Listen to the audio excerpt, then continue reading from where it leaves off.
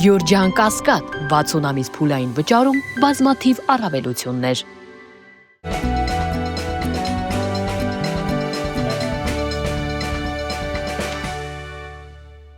Բարև ձեզ։ Փաստինֆո եթերում շարունակում ենք հետևել միջազգային իրադրությանը։ Գազայի հատվածում Տրամփի հայտարարած խաղաղությունը թիթեռի կյանք ունեցավ։ Իսրայելը վերսկսել է Գազայի զանգվածային ավիահարվածներ հասցնելու գործընթացը եւ այդ մասին տեղեկացրել է նաեւ Միացյալ Նահանգներին։ Իսրայելը պատճառաբանում է սա այն հանգամանքով, որ Ռաֆակում իսրայելցի զինվորական է սպանվել եւ Իսրայելը սրան պատասխանում է։ Բայց Ռաֆակը Եգիպտոսի հետ սահմանային անցակետն է եւ այստեղ առաջանում է հարց, ինչ կապ ունեն Գազայի խաղաղ բնակիչները Ռաֆակում կատարված սպանության հետ։ Եգիպտոսի սահմանին կատարված սպանության արդյունքում Իսրայելը վերսկսել է զանգվածային ավիահարվածները, որոնց արդեն մի քանի տասնյակ մարդ է զոհվել, որի արդյունքում։ Սա աննախադեպ երևույթ է, սա նշանակում է, որ ոչ մի խաղաղության հաստատում էլ տեղի չի ունեցել։ Սա մեր համար եւս պետք է օրինակ լինի եւ օրինակ կլինի, կարծում եմ, մյուս այն պետությունների համար, ովքեր Տրամփի միջնորդությամբ խաղաղության պայմանագիր ստորագրեցին միմյանց հետ։ Գազան ցույց է տալիս, թե ինչքան կարճ ժամանակ է տևում այդ խաղաղությունը եւ որքան թիթեռի կյանք է ունենում ինքը խաղաղության պայմանագիրը։ Իսկ Մերձավոր Արևելքում իրադարձությունները բավականին հետաքրքիր են զարգանում։ Մենք մի քանի անգամ խոսել ենք այն մասին, որ Լիբանանի կառավարությունը որոշում էր ընդունել ամեն դեպքում զինաթափել Հեզբոլլահին եւ եթե հարկ լինի դա անել զենքի ուժով։ Անկամ Միացյալ Նահանգներն էր որոշակի գումար հատկացրել Լիբանանին զենք ձեռք բերելու բանակի համար եւ Հեզբոլլահի, ինչպես ասում են, հարցերը լուծելու համար, բայց պարզվում է, որ դա այդքան էլ հեշտ չէ։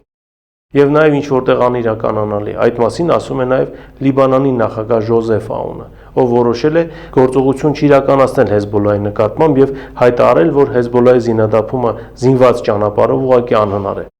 Հերթական անգամ փաստենք, որ Իրանի քաղաքականությունը Լիբանանի հետ կապված այս անգամ հաջողություն ունեցավ։ Լիբանանի կառավարությունը կարծում ենք եւ նախագահը անսացին Իրանի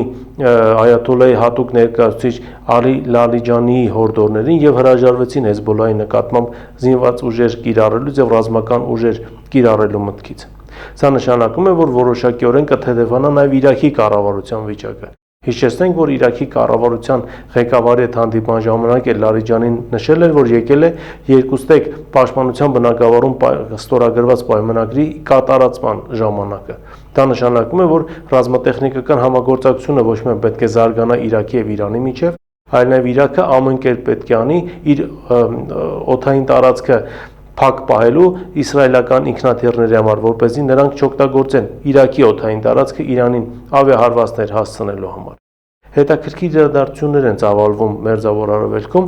եւ մենք ուշադիր հետևում ենք այդ իրադարձություններին։ Այստեղ մի բան ակնհայտ է. խաղաղությունը Մերձավոր Արևելքում ինչպես չէր եղել, այնպես էլ չէր լինելու։ Իսկ Հարավային Կովկասը շատ բանով չի տարբերվում Մերձավոր Արևելքից։ Վստահ ենք, որ խաղաղության մասին խոսակցությունները դրանք ժամանակավոր են ուղղակի։ Եվ շատ ուշով պետք է հետևենք, թե այնինչ կատարվեց Գազայում կարող է նաև կրկնվել հայ-ադրբեջանական սահմանին եւ այն պատճառաբանությունը, որ բերում է Իսրայելը, մեծ հավանականությամբ ինչ որ մի պահի կարող է բերել նաեւ Ադրբեջանը, փորձելով ռազմական գործողություններ իրականացնել Հայաստանի Հանրապետության նկատմամբ, չնայելով Տրամփի միջնորդությամբ ստորագրած խաղաղության պայմանագրի նախագծին։ Մյուս թեման, որին ցանկանում եմ անդրադառնալ, Իրան-Վենեսուելա հարաբերությունների հետ է կապված եւ այս կոնտեքստում ավելի մանրամասն անդրադառնանք ԱՄՆ-Վենեսուելա հարաբերություններին։ Մենք գիտենք, որ Իրան-Վենեսուելա հարաբերությունները հատկապես ռազմատեխնիկական բնագավառում բավականին լուրջ զարգանում են։ Վենեսուելան նաև ռազմատեխնիկական լուրջ համագործակցություն ունի Ռուսաստանի եւ Չինաստանի հետ։ Եվ այս ֆոնին Տրամփի հայտարարությունները, թե ինքը ցանկանում է պայքարել նարկոկորտելների դեմ եւ մեղադրում է Մոդուրոին այդ նարկոկորտելներին աջակցելու մեջ, պարզվում է դրանք ուղղակի խապկանք են եւ ինչպես ասում են, գործողությունները արդարացնելու միջոց։ Տրամփը վերջիվերջո ընդունեց, որ իր գլխավոր նպատակը եւ թիրախը Վենեսուելայի նավթն է։ Եվ ինչպես ինքն է ասում, ինքը ամբողջ ծավալով է ցանկանում այդ նավթը վերցնել։ Տրամփը անում է այն, ինչ ժամանակին կոչում էին ծովահենություն։ Տրամփը ժամանակակից ծովահեն է եւ ցանկանում է ամեն ինչ անել, որպեսզի բոլոր տարածաշրջանում եղած եւ նավթը եւ օգտակար հանածոները եւ հազվագյուտ մետաղները թալանվեն եւ տեղափոխվեն Միացյալ Նահանգներ։ Տրամպը նոր բան չի անում, բայց զարմանալին այն է, որ աշխարհը դեռ փորձում է հավատալ Տրամպի անկեղծությանը այս կամ այն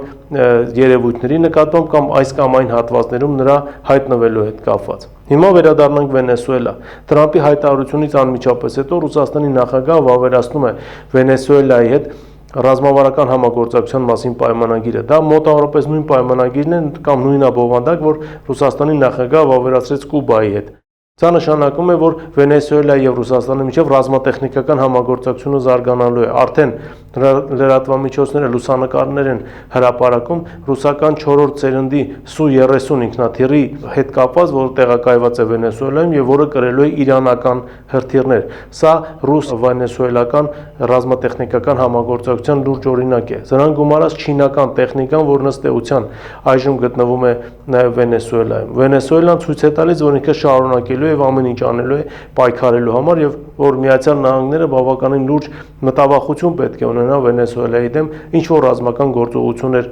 իրականացնելուց առաջ։ Դրան զուգահեռ Լատինական Ամերիկայում սրվում է իրավիճակը հարևան Բրազիլիայում։ Բրազիլիան ըստ էության այս պահին կանգնած է քաղաքացիական պատերազմի շեմին, քանի որ Բրազիլիայում բախումներ են սկսվել ոստիկանության եւ նույն նարկոկորտերների միջև, բայց շատ զարմանալիորեն Տրամպը դա չի տեսնում։ Չի տեսնում, քանզի Վենեսուելայի նման Բրազիլիան եւս անհարմար մրցակից է Տրամպի համար։ Բրազիլիան հանդիսանում է նաեւ BRICS-ի անդամ, հետեւաբար Տրամպը շահագրգռված է, որպեսզի Բրազիլիայում ճգնաժամը եւ քաղաքական եւ նաեւ սոցիալական ճգնաժամը գնալով ավելի խորանա եւ հնարավորության դեպքում փոխվի Բրազիլիայի նախագահ գալով այնպիսի ղեկավարը ոչ միայն Բրազիլիան կհանի BRICS-ից, այլև կտանի միակողմանի պրոամերիկյան արտաքին քաղաքականություն։ Սա է Տրամպի հիմնական նպատակը։ Եվ այս պարագայում իհարկե Բրազիլիայում եղած անկարգությունները Տրամպն օգտագործելու է նաեւ Վենեսուելայի դեմ ռազմական գործողություններ հրահարելու համար։ Արդեն Վենեսուելայի կառավարությունը հայտարարում է, որ ձերբակալել են կենտրոնական հետախուզական վարչության կողմից ուղարկված, ինչպես իրենք են ասում, ահաբեկչական խմբին, որ պլանավորում էր հարձակումներ իրականացնել նույն ամերիկյան նավերի վրա, հետո դրանում մեղադրել իհարկե Վենեսուելայի կառավարությանը։ Բավականին խառը իրավիճակ է ստեղծված այս բան Լատինական Ամերիկայում, բայց մի բան ակնհայտ է, եթե ռազմական գործողություններ սկսվեցին, իրավիճակը կարող է կտրուկ դուրս գալ վերահսկողությունից եւ դառնալ անկանխատեսելի։ Դրան գումարած մենք հիշեցնենք, որ Իրանը այնտեղ առնվազն 3 գործարան է կառուցել հրթիռ արտադրող։ Իրանական հրթիռներն այսպես ուղղված են Ամերիկայի ուղղությամբ, որը ամենակարճ ճանապարհն է եւ այդ հրթիռները ունեն բոլոր հնարավորությունները Միացյալ Նահանգներին եւս հարվածելու համար։ Ինչևէ, սպասենք տեսնենք, թե իրավիճակը այսպես ինչպես է զարգանում։ Եվ վերջին թեման, որին ցանկանում եմ անդրադառնալ, կապ ունի ռուսական Lukoil ընկերության հետ։ Տնտեսական պատերազմը շարունակվում է։ Մենք սա կարող ենք կոչել նաև տնտեսական համաշխարհային պատերազմ։ Lukoil-ը հայտարարում է, որ մտադիր է վաճառել բոլոր իր ակտիվները, որոնք գտնվում են արտասահմանում, այդ թվում նաև Ղազախստանում։ Ղազախստանի թեման մենք շատ ենք շոշափել։ Ղազախստանում նաև բախվում են ռուս բրիտանական նավթային շահերը։ Բրիտանական Shell ընկերությունը ամեն ինչ անում է Lukoil-ին շուկայից դուրս մղելու համար։ Եվ ահա, չսպասելով իրադարձությունների զարգացման, ըստ էության Ռուսաստանը առաջինն է քայլը անում։ Lukoil-ը կարող է վաճառել եւ արդեն հայտարարել այդ մասին նաեւ Ղազախստանում գտնվող իր ակտիվները։ Բայց սրանով ղազախական պետության ըստ էության մեծ լավություն չի արվում, քանզի սրա տակ բավականին լուրջ թակարդ կա թաքնված իրականում։ Ղազախստանը իր նավթը եւ գազը հիմնականում արտահանում է Ռուսաստանի տարածքով։ Եվ եթե Ռուսաստանը այս պահին թույլատրում էր Ղազախստանին նաև նավթն ու գազը արտահանել, դա նաև անում էր այն պատճառով, որ այդ ղազախական ընկերություններում մոտ 50% բաժնեված ուներ Lukoil-ը։ Հիմա փաստացի Մոսկվան ստանում է ձեռքերի ազատություն, եւ որ պահին ցանկացավ, նա կարող է կանգնեցնել ուղղակի կամ չթույլատրել տրանզիտը իր տարածքով, քանզի դա արդեն չեն լինելու